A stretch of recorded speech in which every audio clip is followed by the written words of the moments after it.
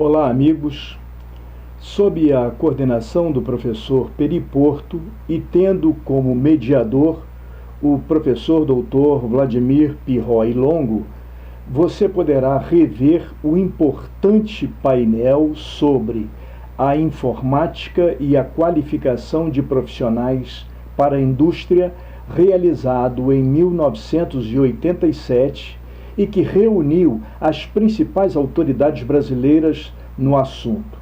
Trata-se do resgate de uma gravação em VHS que conseguimos restaurar para reflexão neste blog. Então, a partir deste momento, com a palavra, o saudoso professor Peri Porto e seus convidados.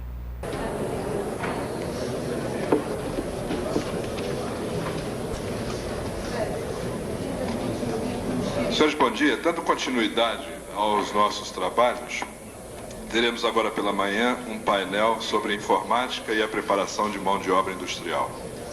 Os painelistas, respectivamente Dr. Humberto Gobato da SEI, Henrique Ratner da USP, José Luiz Frauendorf da Elebra e Vladimir Pirroi Longo da ESG, já se encontram à mesa, e eu passo a presidência do trabalho ao Dr. Vladimir Pirroi Longo.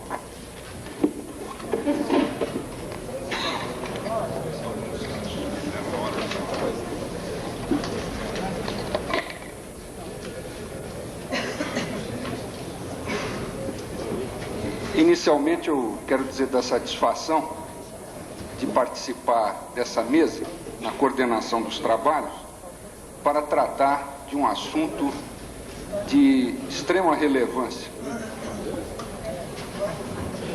A evolução da tecnologia, que se prevê para o final do século, alterará profundamente o espectro ocupacional e, por consequência, as habilitações da mão de obra necessária. O Brasil é, sem dúvida, um país que se afigura como uma potência emergente, tem hoje um parque industrial respeitável, provavelmente o maior ao sul do Equador, a oitava economia do mundo ocidental e provavelmente deve virar o século atingindo a quinta posição e, portanto, deve se antecipar a esse problema. Nós temos aqui hoje 3 especialistas no assunto que vão apresentar sobre diferentes enfoques. Inicialmente, nós teremos o professor Ratner, que vai fazer uma prospectiva global, um estudo abrangente, uma exposição partindo do geral. E nós vamos descendo para o particular, tendo em seguida a participação do Dr. Frauendorf, falando especificamente sobre a indústria nacional. E finalizando, o Dr. Gobato, que falará dentro da indústria, as aplicações do computador dentro da indústria. Então, adotaremos a sistemática do geral para o particular. Inicialmente, então, eu farei a apresentação do professor Ratner. Ele terá um tempo de exposição, seguir-se-ão os outros, e depois teremos uma síntese e passaremos aos debates.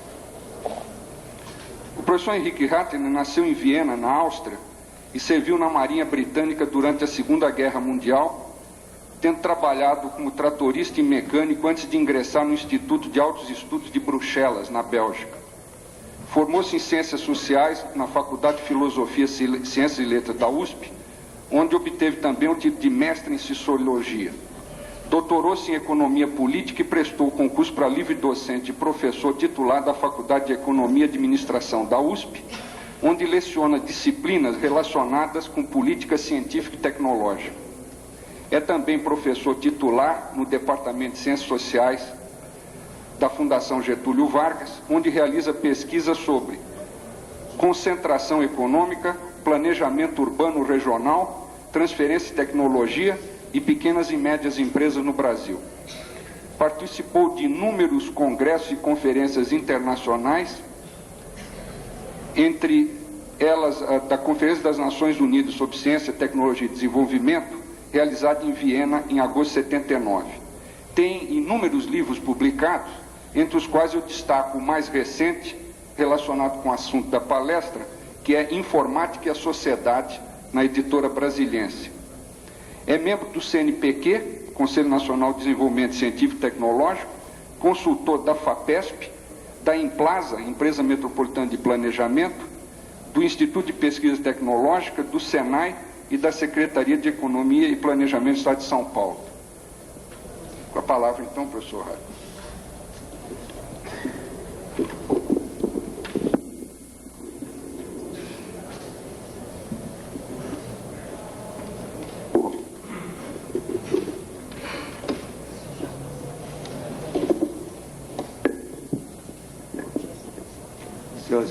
Senhoras e senhores, bom dia. Para falar sobre informática e preparação de mão de obra industrial, eu gostaria de início esboçar um quadro de referência mais amplo das transformações pelas quais está passando a indústria e, junto com a indústria, também o setor de serviços e agricultura em todas as economias desenvolvidas e em desenvolvimento no mundo como um todo. Realmente, conforme diz Dr. Longo, nós estamos atravessando uma época de grandes transformações, cujos efeitos não estão perfeitamente avaliados, conhecidos, mas que levam a uma nova divisão internacional de trabalho e que apresentam uma série de oportunidades, tanto para uma trajetória extremamente promissora, em termos de bem-estar, de prosperidade e de crescimento, mas, por outro lado, também não deixa de apresentar uma série de ameaças ao futuro da sociedade, do homem, como ser individual, aspirando para a autonomia, participação e bem-estar. Estas tendências contraditórias em nossa sociedade foram constatadas por diversos autores e certamente não dará tempo suficiente de entrar em detalhes nesta apresentação inicial, mas que poderíamos depois desenvolver na hora dos debates. Gostaria apenas de chamar a atenção que há um ano, mais ou menos, foi publicado um livro de um estudioso francês, André Gorz, que tem o título Os Caminhos para o Paraíso, em que ele submete uma análise crítica a todas as tendências, as promessas baseadas na informática, no uso amplamente difundido da nova tecnologia.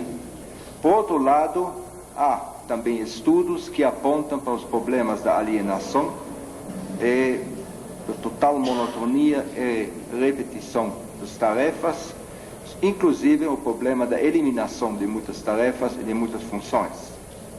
Mas não se trata, obviamente, ao analisar a informática, da substituição de um conjunto de máquinas por outras máquinas, ou da substituição do homem pela máquina. Nós estamos diante de uma evolução na história da humanidade, dos processos de trabalho, que nos apresenta uma possibilidade de uma reintegração total de todas as atividades em um só programa, em um só conjunto, lógico e tecnicamente integrados. Se analisarmos a evolução do sistema capitalista desses últimos 2 ou 3 séculos, verificaremos uma tendência ao fracionamento das tarefas. O artesão medieval conhecia perfeitamente tanto as matérias-primas, quanto os instrumentos de trabalho, quanto o produto final do seu trabalho, embora talvez não soubesse fazer o desenho tal como se faz hoje, a partir do ensinamento da engenharia, etc. No decorrer da evolução desses últimos 200 anos, se verificou uma divisão de trabalho técnica cada vez mais acentuada, elevando um fracionamento das tarefas que no final então levou a atividades completamente destituídas de sentido para quem estivesse nelas ocupados, e que foi muito bem apontado já nos anos 30 pelo filme do Charlie Chaplin, Tempos Modernos, que certamente todos conhecem.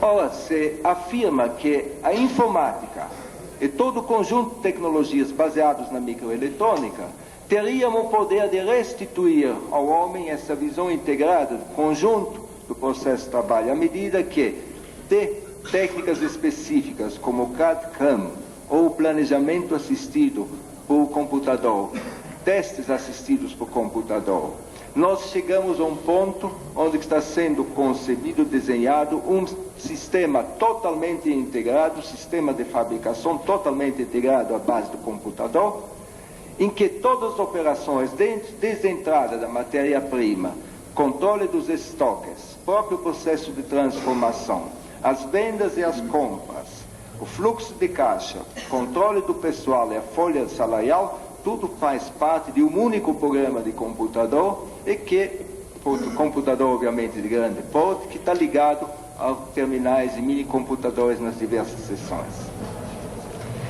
Então, valeria a pena se deter por alguns minutos na origem dessa nova tecnologia. Como que ela vem? Como explicá-la nesse fim do século XX? E quais são, então, suas perspectivas?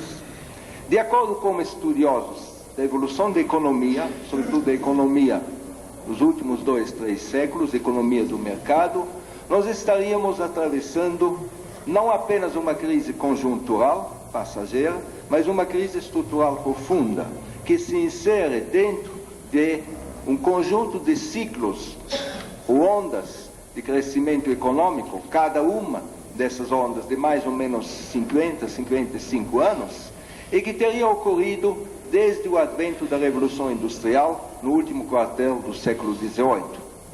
E a cada uma dessas ondas, como disse, que corresponde a mais ou menos 50 anos, podemos localizar nela 4 fases: a fase da decolagem, a fase da expansão, a fase da estagnação e a fase de profunda recessão.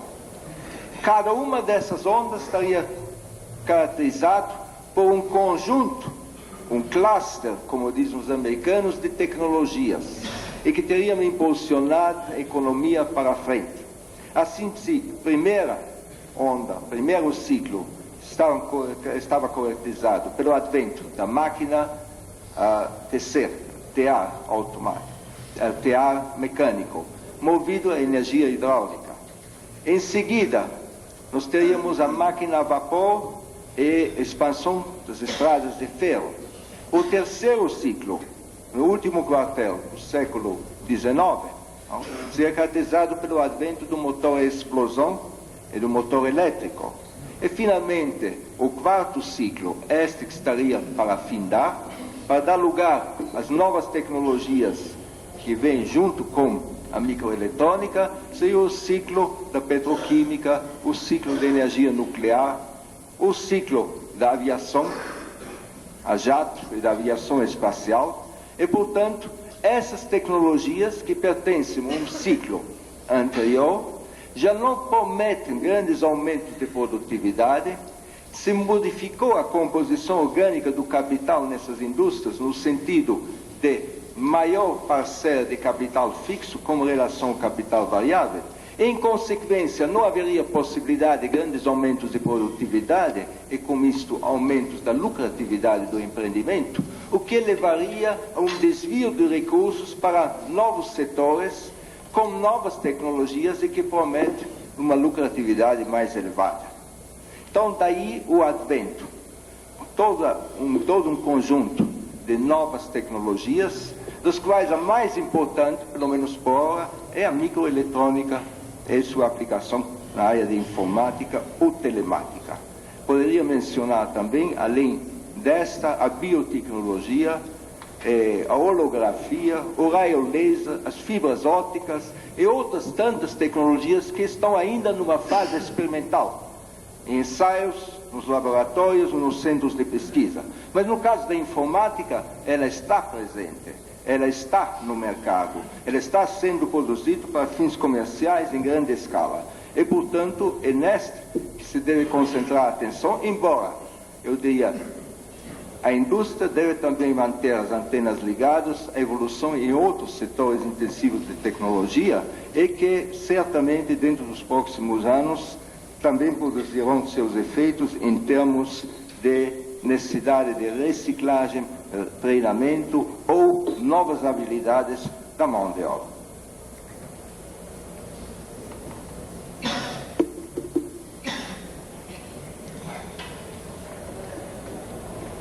poderia indagar sobre os portadores, ou os inovadores. Quem são os agentes dessas transformações tecnológicas e que repercutem profundamente no cenário econômico, social e político? E a resposta não é difícil de ser dada. Trata-se, em geral, de grandes organizações que operam em escala transnacional, conglomerados, com imenso poder econômico acumulado, e que também são os pioneiros no desenvolvimento científico-tecnológico. Contrariamente ao século XIX, que era ainda a era da atividade artesanal, da pequena e média empresa, do empresário individual, que era o grande inovador, que trabalhava ele próprio em todas as atividades de sua organização. E, portanto, muitas vezes produziu inovações revolucionárias, como foi o caso de Marconi, de Graham Bell, do Henry Ford e tantos outros. Em nossa época, atividades de pesquisa e desenvolvimento estão sendo realizadas de uma forma crescente no seio, dentro das grandes organizações, ou em organizações específicas a elas associadas, como apoio do governo. Isso tanto no Japão quanto nos Estados Unidos. E os recursos que são destinados a essas organizações de pesquisa e desenvolvimento são tão volumosos, tão elevados, que eles necessitam de mercados em escala global para recompensar esses investimentos. Então, não basta só retirar 3 ou 5% do faturamento, como fazem os grandes conglomerados, investindo em pesquisa e desenvolvimento, mas também preciso vender depois os produtos dessas inovações em escala global para recuperar o investimento em pesquisa e poder continuar no esforço de inovação tecnológica. Daí um deslocamento, eu diria, das atividades de pesquisa e desenvolvimento para as grandes organizações, organizações que operam em escala transnacional. Enfim, a evolução da economia nessas últimas 2, 3 décadas mostra realmente um avanço espetacular dessas organizações transnacionais em termos de sua capacidade de planejar, produzir, comercializar, transferir tecnologias ou recursos financeiros, programar também a formação de recursos humanos em escala global. Quer dizer, esta, a meu ver, é uma tendência fundamental de nossa época que muitas vezes escapa aos que visam, de forma talvez mais estreita, problemas de âmbito local, regional ou mesmo nacional. Agora, o curioso, o paradoxo dessa tendência é que ela não impede, ao mesmo tempo, a emergência de novos estados nacionais, como tem acontecido desde 1945, quando foi criada a Organização das Nações Unidas em São Francisco. Havia, na época, apenas 47 estados signatários da Carta de São Francisco. Hoje são mais de 160. É óbvio que a constituição dessas novas unidades, entidades nacionais, com suas fronteiras, suas políticas de desenvolvimento industrial, com seus problemas de balanço de pagamento, de equilíbrio nas suas contas internas e externas, leva a contradições que se refletem a nível mundial. Desorganização da chamada ordem econômica internacional. E daí as propostas surgidas nesses últimos 10, 15 anos, no sentido de reformular uma nova ordem econômica internacional, que até agora, infelizmente, não tem dado muitos resultados positivos. Mas acho que é um dado estratégico importante dentro dessa problemática que nós estamos procurando analisar. Eu gostaria de apresentar algumas das características da nova tecnologia antes de falar algumas palavras sobre as implicações para uma política de mão de obra a nível nacional e a nível das empresas.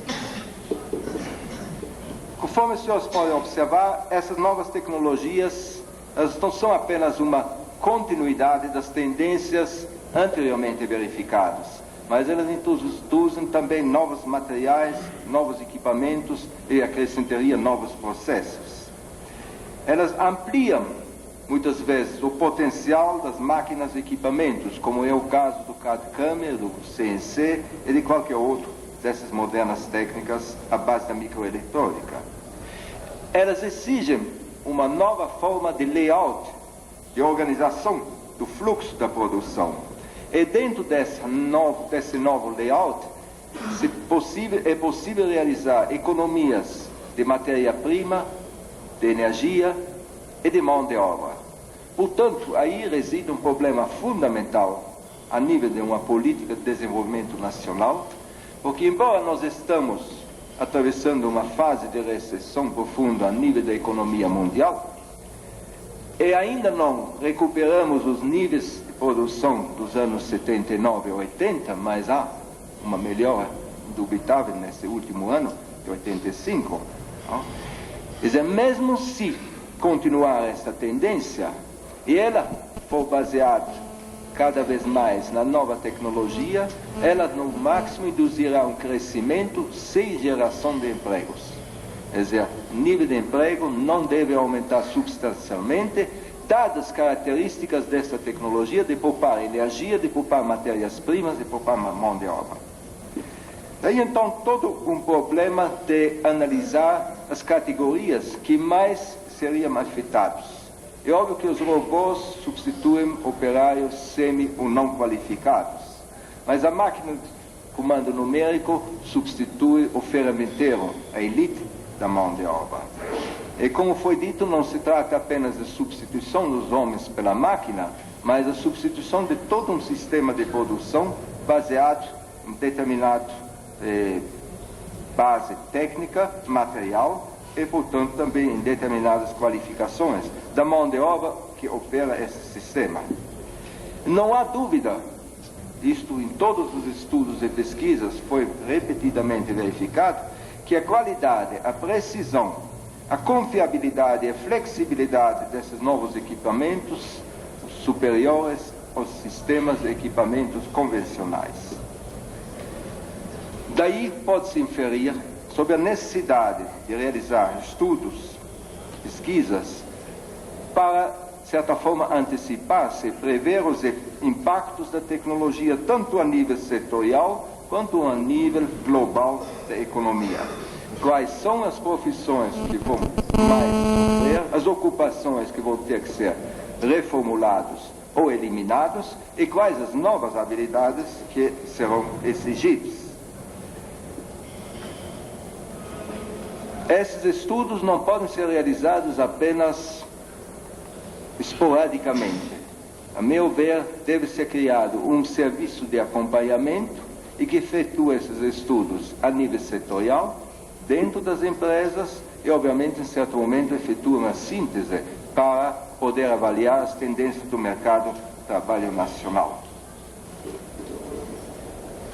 Essas mudanças na organização das empresas, no seu equipamento, nos processos de trabalho, nas exigências para novas habilidades e qualificações, certamente vão causar dificuldades, problemas, tensões e conflitos.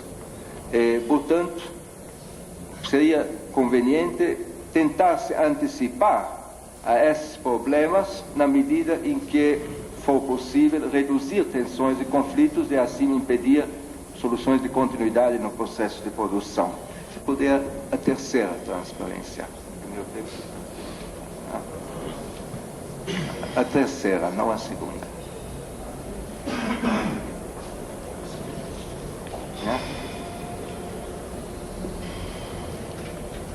Estou colocando aqui algumas medidas capazes de reduzir as tensões, conflitos e problemas de transição que surgirão inevitavelmente, em parte já estão surgindo, sobretudo nos países que mais se adiantaram nesse caminho de informatização ou automação da produção.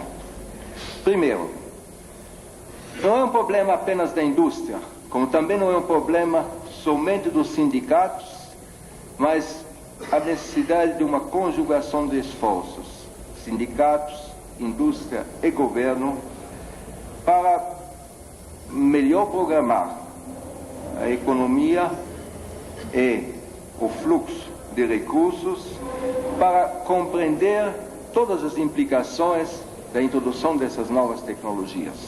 Obviamente, é difícil prever o ritmo de difusão. Nós sabemos sempre ad hoc, a posteriori, não? Quantas empresas adquiriram equipamentos, quantas empresas introduziram CAD/CAM ou robôs ou pretendem introduzi-los.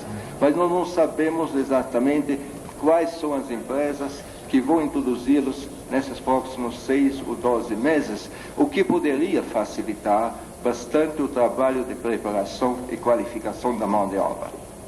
As dificuldades não são apenas os problemas de sigilosidade, planos e programas da indústria.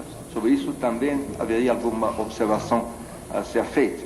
Mas os problemas também do financiamento, dessa substituição do equipamento. Nós acabamos, praticamente, depois de 20 e tantos anos, um esforço de industrialização que levou o Brasil bem à frente dos outros países do chamado Terceiro Mundo, como um parque industrial essencialmente baseado na tecnologia eletromecânica, que é a tecnologia do ciclo anterior. E nós temos acumulado dívidas por causa da constituição desse parque com uma tecnologia que hoje passa a ser obsoleta e que exige em boa parte sua substituição pela nova tecnologia microeletrônica.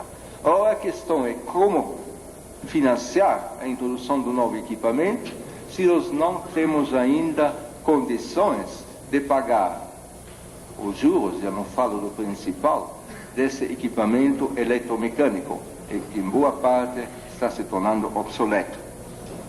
Daí o problema também de prever, antecipar o ritmo de difusão da nova tecnologia que poderia orientar melhor os planos de formação e adequação da mão de obra. Mas pode, à base de experiências vividas em outros países, não?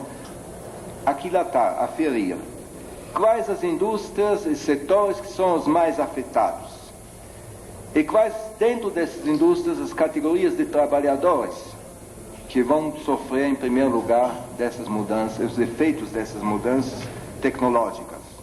E as tarefas que serão obsoletas, uma vez que certos equipamentos automatizados vão substituir a mão de obra. Daí a necessidade de construir e preparar facilidades educacionais e de treinamento para, na medida do possível, reciclar os trabalhadores. Eu sei que é um problema que muitas vezes ultrapassa as possibilidades da indústria, da empresa. Mas, não obstante, tem que ser enfrentado porque é uma perda, não somente para a empresa, mas também para a economia nacional. Não? Toda a memória tecnológica acumulada pela mão de obra é que se perde quando se demite empregados que, com uma experiência de 10 e 15 anos.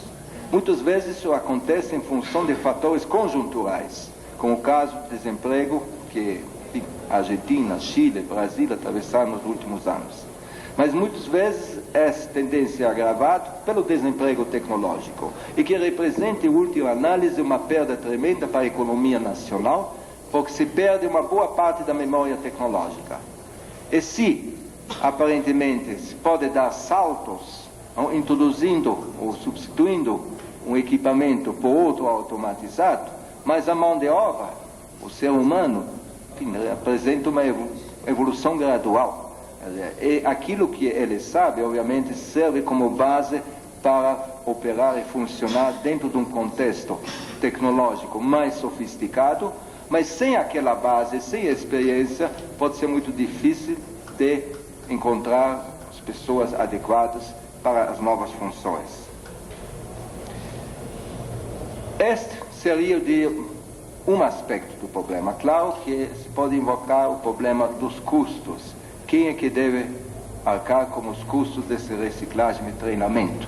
Eu novamente volto ao ponto de uma conjugação de esforços entre indústria ou entre os setores produtivos, o governo e os próprios sindicatos para encontrar soluções. Diria mais até, os próprios setores de ensino superior deveriam ser integrados nesta busca de caminhos para retreinar e reciclar mão de obra, porque o que não se pode permitir, a meu ver, é o desligamento total. Quer dizer, a eliminação do processo produtivo, porque isto representa um ônus, uma carga para o sistema social, do qual dificilmente se poderia recuperar mais tarde. Quer dizer, as pessoas que são declaradas inúteis para a sociedade e durante longo tempo são mantidos marginalizados de atividades produtivas, em nossa sociedade, sem ter atividade produtiva, então não tem sentido a vida. Quer dizer, essas pessoas forçosamente se tornam um peso para as famílias, para a sociedade, para si mesmo, e com isto um fator de intranquilidade e perturbação que muitas vezes pode mais do que alterar, não, ou compensar os ganhos eventuais pela introdução de novos processos e máquinas. Então, para facilitar este ajustamento às novas tecnologias, como disse, a necessidade de um planejamento a nível das entidades nacionais, mas também a nível das empresas poderiam ser tomadas algumas medidas. Primeiro, avisar antecipadamente as categorias que serão afetadas, eventualmente também os sindicatos aos quais pertencem, para dar tempo aos indivíduos de reformular seu plano de vida, eventualmente procurar outro emprego, e tomar as providências para não ser completamente eliminado do sistema de trabalho. Por outro lado, o aviso antecipado dentro da empresa facilita muito o ajustamento do pessoal que vai permanecer na empresa, certo? E, portanto, reduz as resistências e leva a uma participação mais integrada, mais voluntarista, para que a nova tecnologia não encontre resistências. E essas resistências são conhecidas desde o início da Revolução Industrial. As pessoas estão lembradas do exemplo dos luditas que viam nas máquinas seus inimigos e destruíam, atacavam e destruíam as máquinas. Embora talvez não cheguemos a esses extremos, mas atos de sabotagem foram relatados em diversos lugares, em diversos países do mundo, quando a introdução do novo equipamento das máquinas se fez sem comunicação prévia, sem conversa, sem explicação do porquê e para quê. Projetar as necessidades de mão de obra para os próximos 1 ou 2 anos, pelo menos. Eu sei que isto é extremamente difícil no caso da indústria, porque depende em boa parte das encomendas, carteira dos pedidos, mas no setor de serviços, com certeza, se pode prever necessidades de expansão ou de manutenção do nível da mão de obra, e esses devem ser comunicados abertamente. Adiar, quando for possível,